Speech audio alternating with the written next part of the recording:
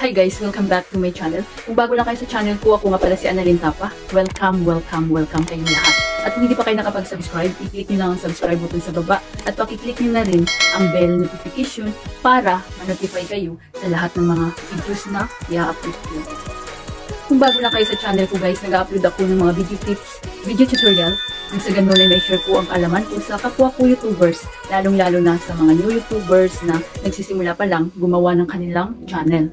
Hi guys, sa video na ito, i-share ko sa inyo kung paano ba bawasan yung mga ingay sa inyong video kapag nagbo-vlog kayo, 'di ba? Lalo na yung mga hangin na nasagip nyo or yung mga electric fan, AC na nasagip kapag nagbo-vlog kayo or nagvi-video kayo, nagre-record kayo ng inyong mga videos na i-upload nyo sa inyong YouTube channel.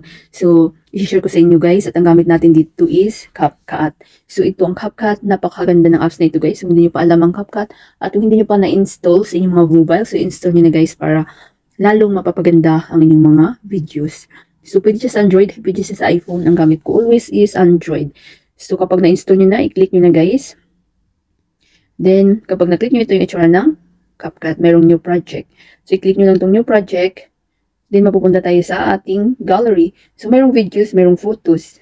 So, dahil video tayo, dito tayo sa video. Then, ano lang ako dito guys ng halimbawa na video na i-share ko sa inyo kung paano ba mag-remove ng mga noise background or paano i-reduce at least guys mabawasan yung ingay or yung mga noise sa inyong videos. I-click nyo to. Halimbawa, ito yung video ko. Then, itong green, i-click nyo guys. Add. So, dito na tayo sa loob ng CapCut. So, pakinggan nyo guys. So, i-volume natin para marinig nyo yung ingay. So, mayroong ingay guys. At ano yung pagkaiba kapag hindi natin in-apply yung remove noise or yung reduce noise. Hanapin natin ang volume. Then, adjust lang natin. Hi guys, sa video na ito, i-share ko sa inyo kung paano ba gamitin ang TubeBuddy. At ito ay updated ngayong 2024. At ito ay request ni Cute May Nada Channel. So, may ingay kayo naririnig guys. So, paano ba natin i-apply para mabawasan yung noise sa inyong video? So, i-click nyo na itong video nyo guys. Click nyo yan. Then, hanapin natin ang reduce noise. Ito guys, so reduce noise. Ayan. So, hindi naman siya 100% na matanggal, pero at least mabawasan guys.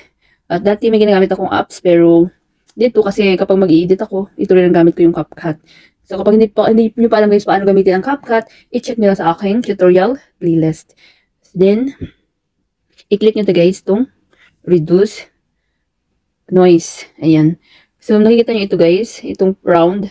So, i-on nyo yan siya. Pag-click nyo, magiging green. Yan. Hi guys, sa video na ito, i-share ko sa inyo kung paano ba gamitin ang TubeBuddy. At ito ay updated ngayong 2024. At ito ay request ni Cute May Nada Channel.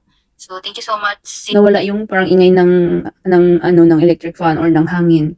Kasi minsan may tumutunog na yung so, at least guys, mabawasan kapag i-apply nyo ito guys at hindi na rin kayo mahirapan dahil dito na rin kayo mag-i-edit ng inyong videos. Request mo na ito at gawa natin ito ng tutorial para ma-share natin sa so, i-off natin guys.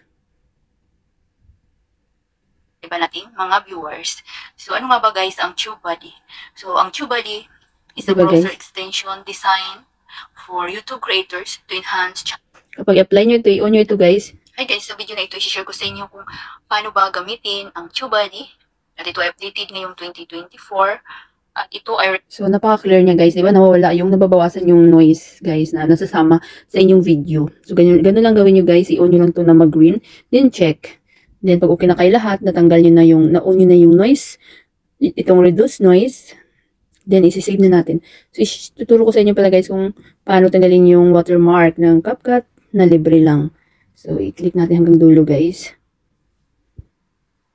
So, ito yung watermark ng CapCut. So, kasi mas professional tingnan guys kapag walang watermark ang inyong videos.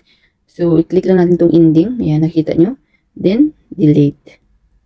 So, wala nang watermark ang ating video. Then, nakita nyo itong arrow.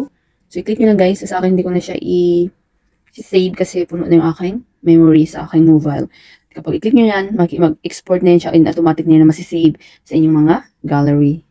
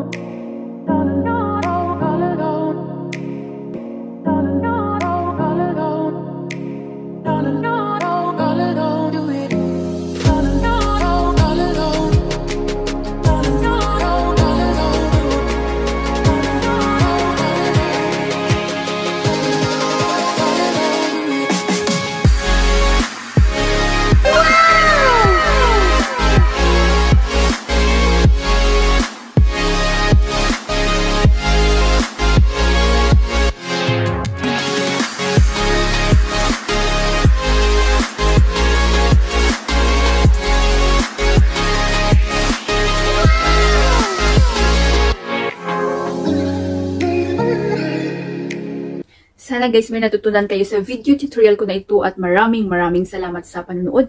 Kung meron kayong mga question, suggestion, and request, just leave a comment down below. At huwag niyong kalimutan mag-like, share, comment, at kung hindi pa kayo nakapag-subscribe, i-click niyo lang ang subscribe button sa baba at pakiclick niyo na rin ang bell notification para ma-notify kayo sa lahat ng mga videos na i-upload ko. Always be happy guys, be positive, avoid nega. See you next time.